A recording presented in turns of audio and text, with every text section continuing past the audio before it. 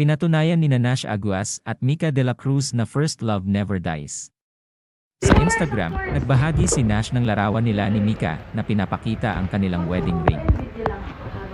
Sure po. Ooh, sparkly. Ibinahagi din ni Nash ang mga video na kung saan mga bata pa lamang sila ni Mika ay may tamis na pagtitinginan na sila sa isa't isa. Makikita sa video na sweet ang dalawa na kung saan naglalaro at nagtatawanan sila sa isang rehearsal ng kanilang performance. Yet God has made everything beautiful for its own time, said ni Nash sa caption.